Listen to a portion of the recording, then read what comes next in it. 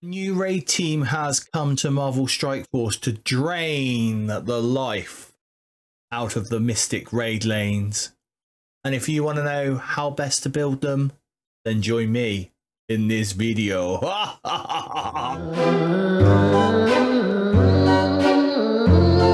What's going on, everyone? I'm BPG and welcome back to the channel. If this is your first time here, I make at least 2 Marvel Strike Force videos every single week, usually based around the events in game. However, sometimes I do get a chance to sprinkle in videos exactly like this one here. So if you find the content in this video helpful, please do consider giving the video a like, subscribe to the channel and ring that notification bell so you don't miss any more BPG uploads.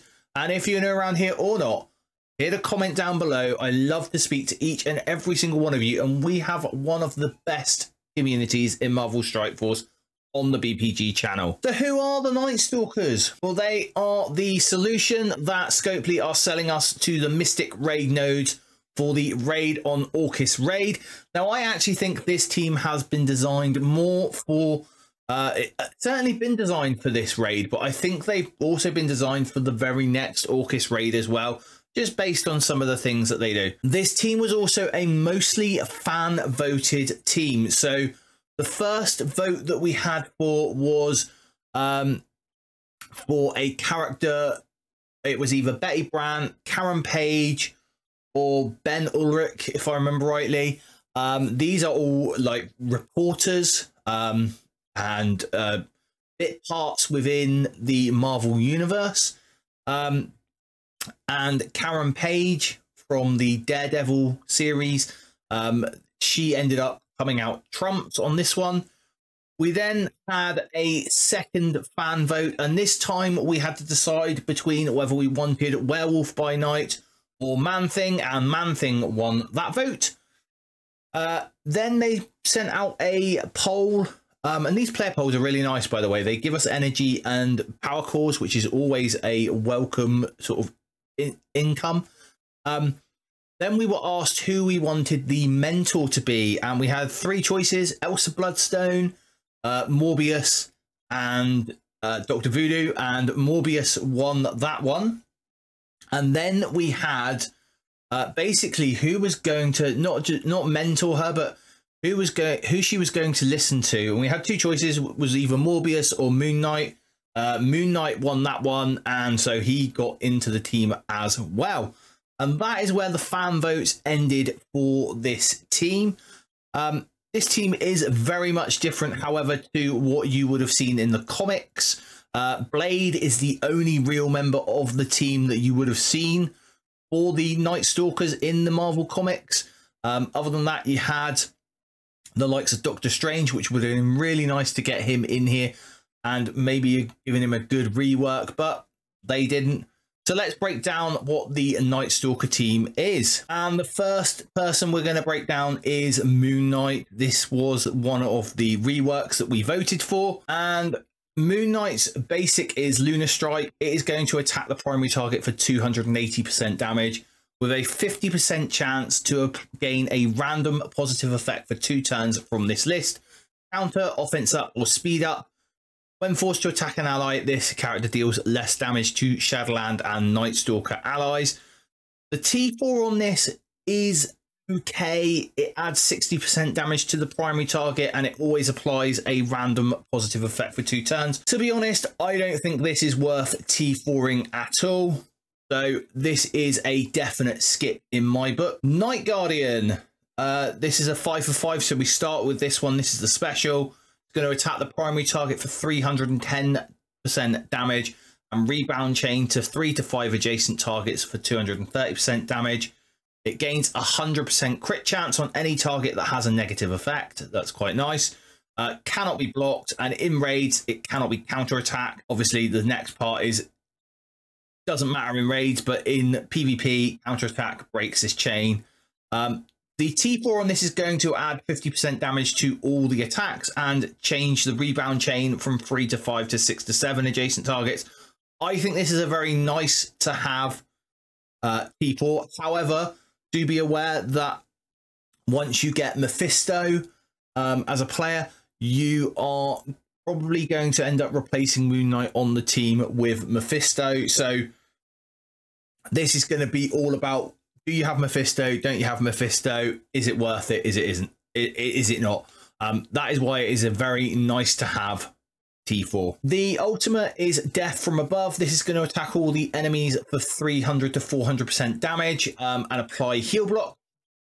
It is going to do a 50% chance to apply 3 additional negative effects to each enemy from the list.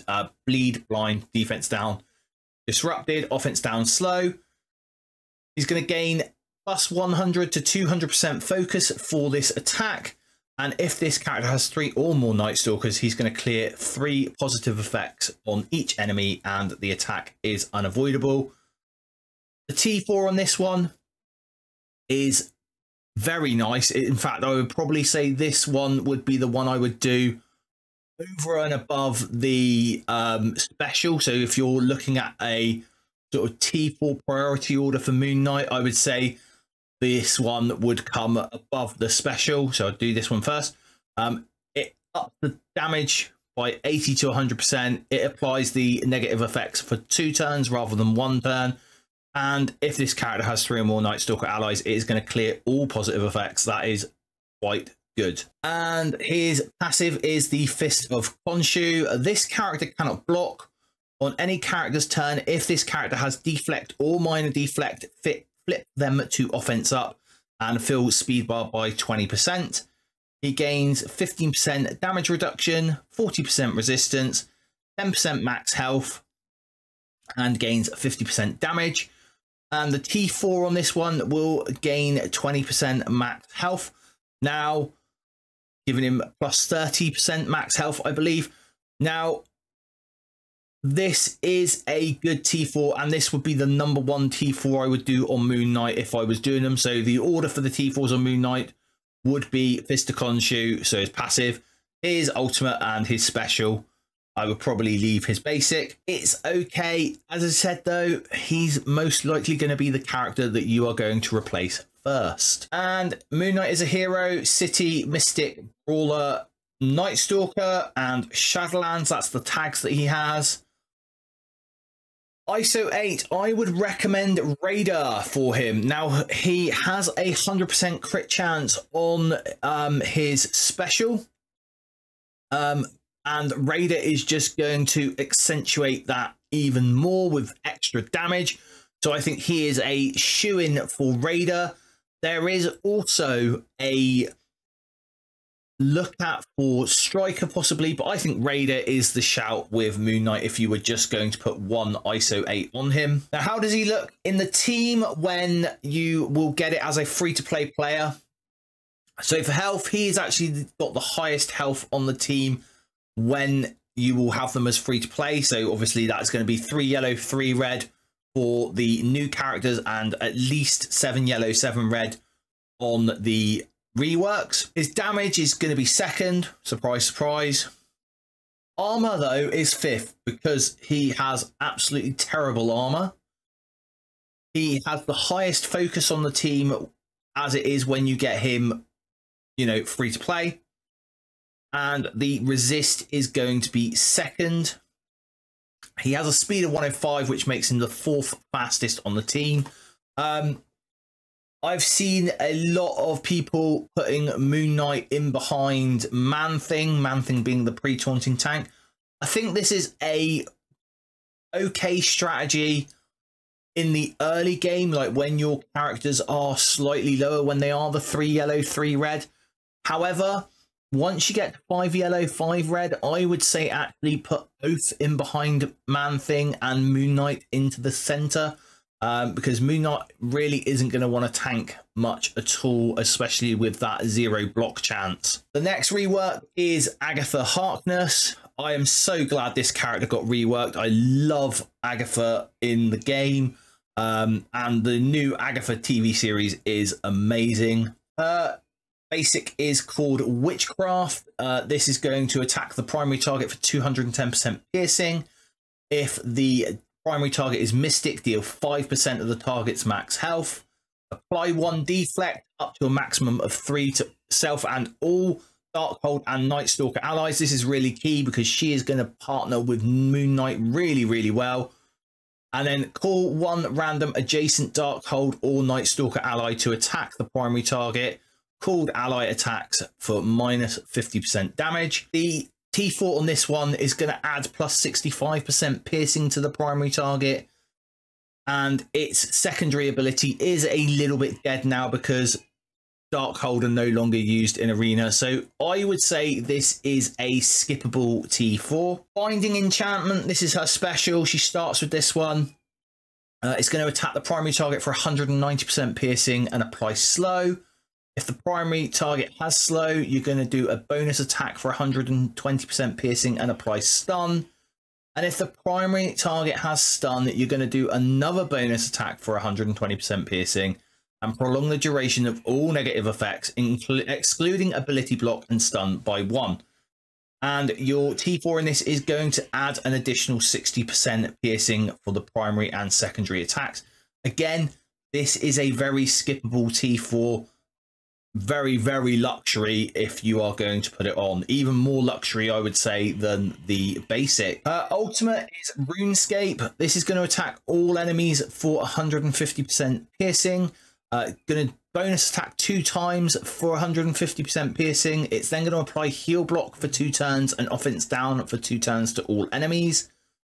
It's your heal, so this is quite nice. It's going to heal yourself and all allies for 30% of this character's max health. Going to barrier self and all Darkhold and Nightstalker allies for 10% of this character's max health.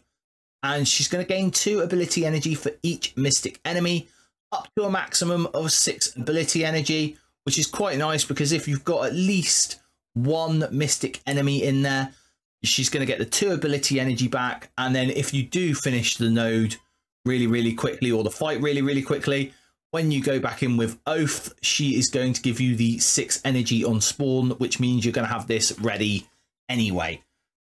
This attack gains 50% extra focus for each mystic enemy. That's really nice. The T4 in this is going to put plus 20% of this character's max health as a barrier. And it is also going to apply stun to the highest damage Hero, Mystic Blaster, and Hero, Mystic Controller enemies. This is a straight out all out to Cersei and Icarus, the Eternals. Darkhold were basically brought out to counter the Eternals. And this is just a straight call out to those 2 characters. It is a very nice to have T4.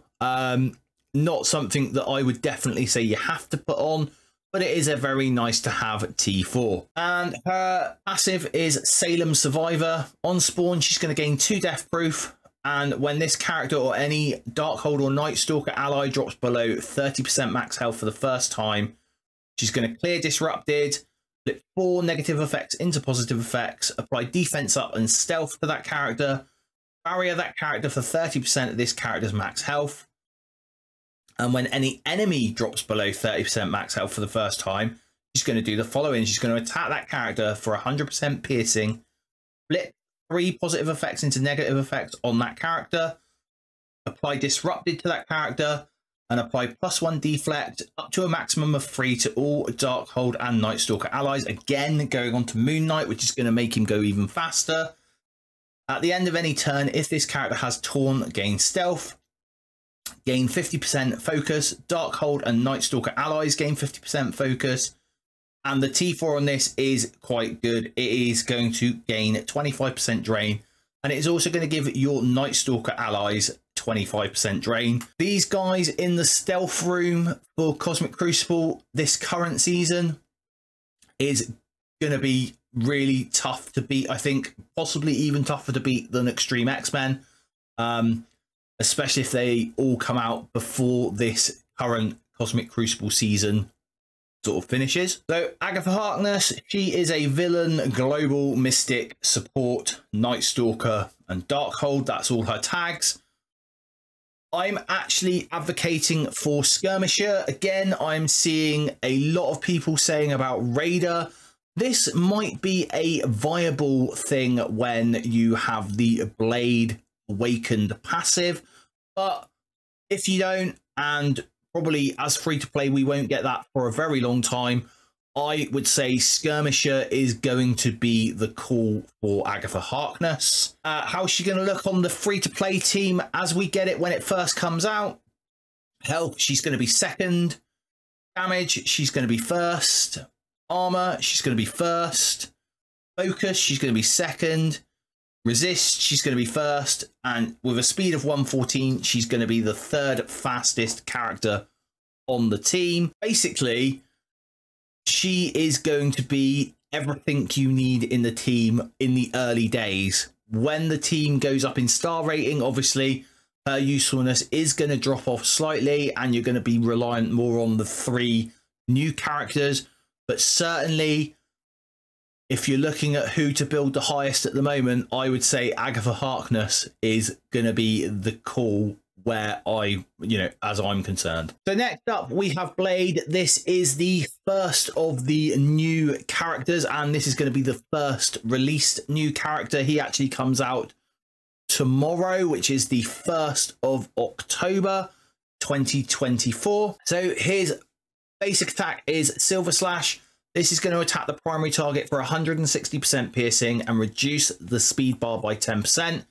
It ignores defense up. It's unavoidable. Cannot be blocked. The T4 on this is going to add an additional 40% piercing to the primary target. So that's going to make it a 200% piercing damage to the primary target. It is also going to repeat this attack once, which means you're going to further reduce the primary target speed bar by 10%. And then if you have Striker on Blade, it's going to reduce it by another 10%. So overall, a 30% speed bar reduction. That is absolutely brilliant. This is a definite T4. It does have an awakened ability which does extra crit damage. I don't know that that is really worth getting. Certainly not rushing out and buying if you were going to be spending on this character. Glaive Volley, this is his special. It is a 4 energy. So you're going to start with this one. It's going to attack the primary target for 210% piercing, clear speed up and apply slow. It's going to attack all adjacent targets for 210% piercing and clear speed up. And this attack ignores defense up, is unavoidable and cannot be blocked. Can you see a bit of a pattern coming here with Blade? A lot of his attacks are unavoidable, cannot be blocked, and is going to ignore defense up. The T4 on this is going to add 50% piercing to the primary and secondary targets. That is quite nice. That's going to be 260% piercing. And it is going to apply slow to all secondary targets. So basically making it exactly the same as what happens to the primary target. That is quite nice. However, what is a lot nicer is the awakened ability on this one. This is going to clear all negative effects from self and clear 1 negative effect from all allies. So this is a definite T4, a must-have T4, and definitely an awakened ability that you want to chase quite early on. Next up, we have Dampier's Fury.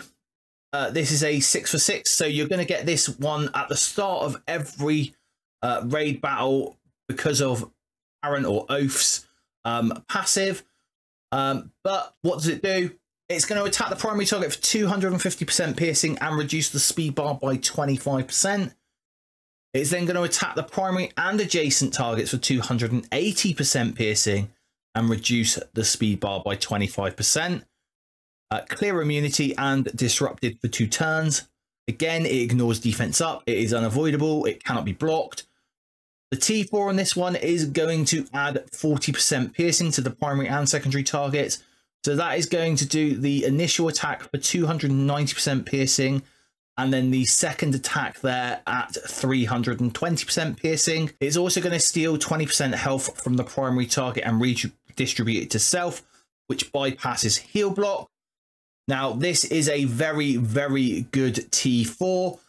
And again, this one you are definitely going to want to do because the awakened ability on this one is going to apply blind for 2 turns to the primary and secondary targets. That is going to be so clutch, especially in PvP. Next up, we have Daywalker. This is the passive. Characters killed by Blade cannot be revived. That's quite good. At the end of any turn, flip slow and offense down on 2 random Nightstalker allies or self that have slow or offense down. This character's attacks deal an additional 20% piercing to any vampire enemies. Wonder how many more vampires we are going to get with that tag coming into the game. You're also going to gain 30% drain, and Nightstalker allies gain 30% drain. That on top of Agatha's passive is huge. That is a hell of a lot of drain that you're getting there. The T4 on this one is on successful attack by this character. It's going to clear defense up and apply defense down to each attacked target. That is quite good. And in and of its own, it probably wouldn't be worth T4ing. However, the passive awakened ability is on self or ally crit on the following ally turn, gain assist now. Again, assist now is going to bring in that turn bar rewind, that 30% turn bar rewind. And it's going to give you a 10% crit chance for self and all allies. I don't think the 10% crit chance is really that game breaking, but certainly the, you know, if you can get the crits, especially on, for example, Moon Knight, where his crit is 100% guaranteed, that is going to guarantee you at least assist now on the following turn after Moon Knight. Hero, City, Mystic, Brawler, Nightstalker, and the Vampire tag. This, I believe, is going to come in very useful. Well, not very useful. It is going to come in to use in a sort of PvE scenario at some point in time. I believe there's some sort of zombies versus vampires sort of thing coming, so that will no doubt be coming in for that. All day, every day, Blade is a striker. You cannot deny that 30% speed bar rewind with the striker attack. And how does he look as the free-to-play sort of unlock time? He's going to be 4th in health. He's going to be 3rd in damage. He's going to be 4th in armor, 4th in focus. He is not very good in resist, and that even translates to when you have him at 7 yellow, 7 red. He has, however, got a speed of 127, which is the fastest on the team. Next, we have Oath. Now, I believe she is going to be the second of the characters that is coming out. And in my honest opinion, she is the most important character on the team. That is right. She is amazing. And you would have thought so from what, you know, from being a player voted character, you would think she would be pretty good anyway. So Sanguine Strike, this is her basic. It's going to attack the primary target for 200% piercing and apply bleed and heal block. In raids, it's going to have a 50% chance to apply exposed to the primary target.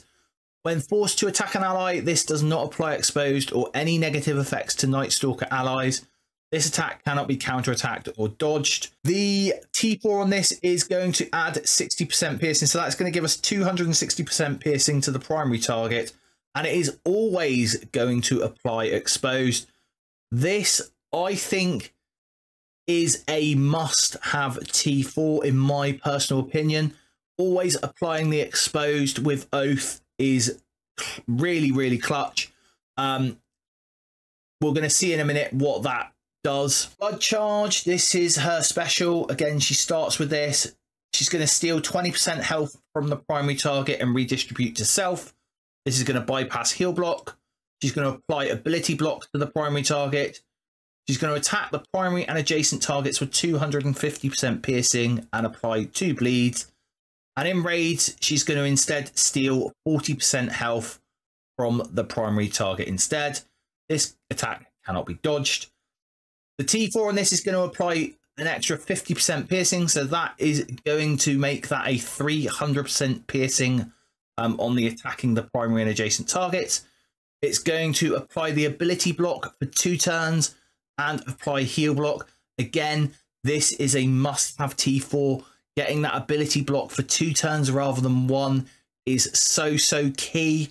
It is going to stop, you know, people like Void Knight and stuff like that from doing their very powerful abilities. Her ultimate is 6 for 6. So she's going to start with this one as well. She's going to attack all enemies for 260% piercing. She's going to apply exposed with this. So this is one way of getting exposed out on the board. 2 bleed and heal block to the primary target, and in rage she's going to apply an additional 2 bleed and heal block to all other enemies. This attack gains 20% damage against enemies with safeguard. That is quite nice, and that is a big call out to the mystic nodes within the raids in some ways, because there are a lot of safeguard on those nodes. This attack cannot be blocked, counter attacked, or dodged. The T4 on this one is going to add 60% piercing to all enemies. In raids, it's going to apply an additional bleed and trauma. And in raids, it's going to apply 3 bleed and trauma to all other enemies. So basically what that is going to do, that is going to apply 3 bleed, heal block and trauma to all enemies. It is slightly lower down on the T4 scale, but I would still say this is a must-have T4. Vampiric Vow. This is what makes Oath so good. This is why I think she is actually the best character on the team. On this character's or any Nightstalker ally's turn end, she's going to attack the most injured enemy with exposed for 200% piercing and reduce the duration of all positive effects by 1. That's right, she has the Thanos endgame effect. She's going to clear any effect that gets down to 0. It's going to expire immediately, including safeguard. In rage, she's going to copy and clear 2 random negative effects from self and all allies to that exposed enemy. And in rage, she's going to apply regeneration to self and all allies. She's also the energy battery for the team, because on enemy death, she's going to generate 1 ability energy for self and all Nightstalker allies who were not on full energy at the start of this turn. And in rage, she's going to fill the speed bar by 25% for self and all Nightstalker allies. Again, an amazing thing here. In rage, she's going to on spawn generate 6 ability energy for self and all Nightstalker allies.